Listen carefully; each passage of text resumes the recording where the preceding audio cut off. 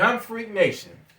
It's the president, TElectrik, and for those who know, you already know. Get armed. You know what I'm saying? People get armed. Now I got good news. That clerk that locked, the Detroit gas station shooting where it was a dispute over $4. $4. And the savage threatened, the clerk locked him inside the gas station. All right, for fearing that he was gonna leave with the $4 worth of snacks that Savage was trying to purchase.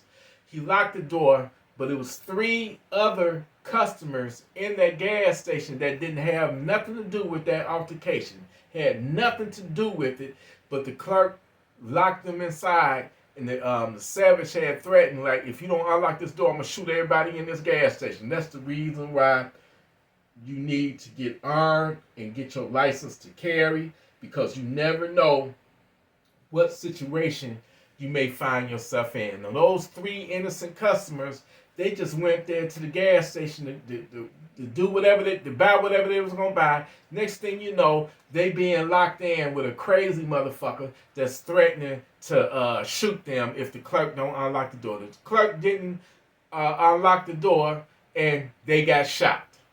Okay? Well, I'm happy to announce that Kim Worthy, Wayne County prosecutor Kim Worthy, has charged that clerk with and I believe it's involuntary manslaughter, and they need to, because he was part of it escalating to that point, But I got news footage to show y'all right now. Hold on. Oh. Very bold move by prosecutor Kim Worthy, who says that the gas station clerk actually had a hand in this whole thing, locking the door of the gas station, trapping 3 victims along with himself in with the shooter. Apparently, the clerk was in some kind of disagreement with the shooter over $4. So, again, this is a triple shooting, 1 man losing his life, and it was all over a pop and some donuts.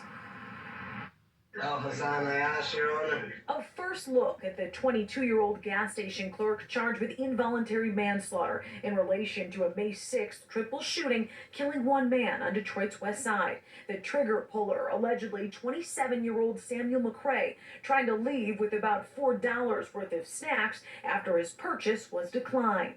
The concerning thing is what's turned into, somebody getting away with $5 worth of goods, I don't know, has now turned into a homicide. In a rare move by the Wayne County Prosecutor's Office, Al-Hassan Ayash charged for locking the door, trapping those 3 victims in the store for allegedly 8 minutes. In this surveillance video, you can hear them begging to be let out as the suspect gets angrier before the shooting.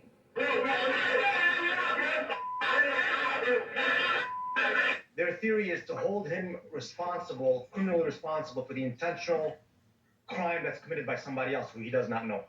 Ayash's defense attorney says his actions were out of panic, not criminal. He calls the police and he locks the door so the thief can still be there when the police arrive. Longtime Detroit-based attorney Todd Perkins, who is not involved in the case, weighs in on the charging decision by prosecutor Kim Worthy. He says involuntary manslaughter fits. It is unique. It is something different. And the fact that it's different doesn't mean that it shouldn't exist. It was a participation in escalation of this situation and then locking the door while people were begging to be let out. The magistrate said in court Friday because Ayash was already on bond for gun charges related to a road rage incident, she could remand him to jail, but decided on this. Bond is set $200,000 cash, no surety. A defense attorney, Todd Perkins, who we consulted with on this case, likened it to the situation at Oxford High School. If you remember up there, the prosecutor, Karen McDonald, charged the parents of the shooter with involuntary manslaughter. So he says it's something prosecutors use, but definitely can be a slippery slope. Reporting live, Jessica Dupnack, Fox 2 News. Yeah, certainly this is just the beginning, and there's a long way to go with this case potentially. But Jessica, do we know if the prosecutor based this on anything else that's happened in the past? I mean, to be able to even file these charges, for them to even go through, I was wondering if there was some other sort of precedent set. Well, the clerk there, he was out on bond when this all happened for a road rage situation involving a weapon, so that probably had something to do with it. Obviously, it seems to be some kind of... All right, Ron, our other top story here at 5, the gas station clerk who police say automatically locked the door moments before a man opened fire on customers inside that store has now been charged. 22-year-old Al Hassan Ayash faces felony charge of involuntary manslaughter surrounding a dispute allegedly over just $4 worth of merchandise. Sean Lay is live tonight with this story. Sean, there are a lot of questions that still surround this case. Absolutely, Kimberly. Here's the deal. First and foremost, the gas station remains closed. The city found that it was operating without a license after the shooting. Now, here's a picture of Gregory Kelly on the gas station door here. He was one of 3 men trapped inside the shop. He was shot and killed. The other 2 customers with him were also shot. They survived. The clerk was able to lock this door, trapping those men inside with a gunman. Now, he was in court today. His attorney says, yes, he used poor judgment, but he should not be charged.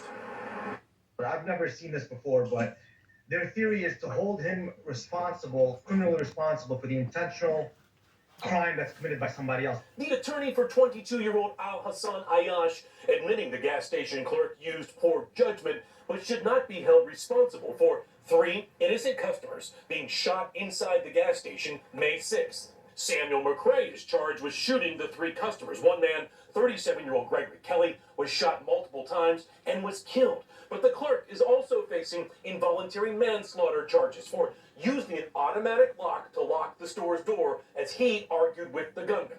Video from inside the shop is terrifying. The 3 customers were trapped, the gunman making it clear that he would shoot everyone if the door was not unlocked. And that's exactly what the gunman did.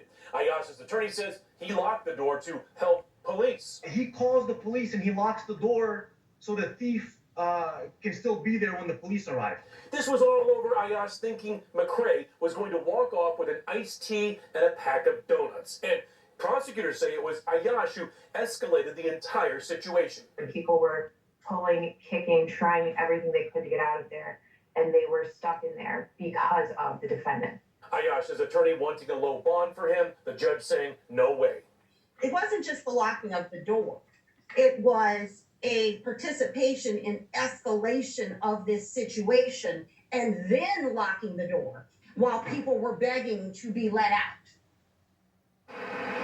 Now, this is Ayash's arraignment today. He's officially been charged. So much information, so much back and forth just in that arraignment alone. Bottom line, the magistrate's setting a $200,000 bond for the clerk, Kimberly and Devin.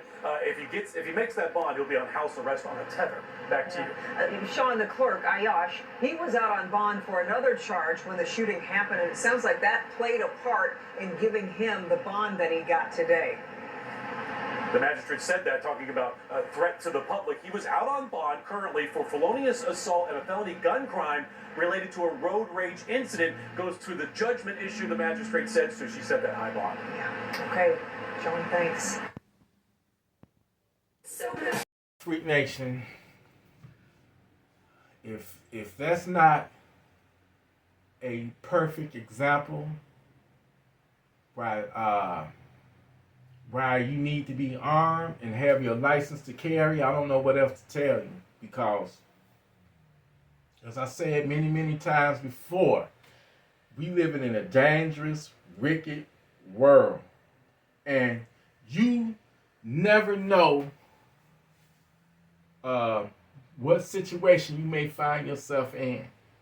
You never know when you will encounter a crazy ass savage like that savage in that gas station. And I agree that the clerk definitely need to be charged, because you basically trapped people inside that gas station when he had already threatened that he was going to shoot everybody in that gas station. So in my personal opinion, he needs to be charged. This should never happen again. It should never, a situation like that should never go down in Detroit or any place else. But it screams out to me why you need to be armed. And don't just, like I said, don't just go out. If you decide to rightfully purchase a firearm, don't just go out and, yeah, I got a gun. You got to train with that gun. Get it to the range. Because if you don't know nothing about it, what if the gun jam? Anything can happen. You want to make sure that when you pull that trigger, it go bang.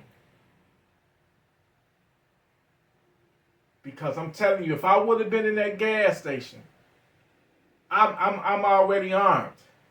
Ain't no way in hell. It just would have been a shootout. But I'm going to try to get you before you get me. These savages have gone wild. Just the other day, 2 days ago, here in the suburbs, not Detroit, but in the suburbs of what was it, Warren, Michigan? It was a crazy savage going around stabbing people at bus stops. He killed an elderly woman at a Bell Tire, stabbed her to death. Then when he stabbed her to death, he drove around, jumping out of his car, stabbing people.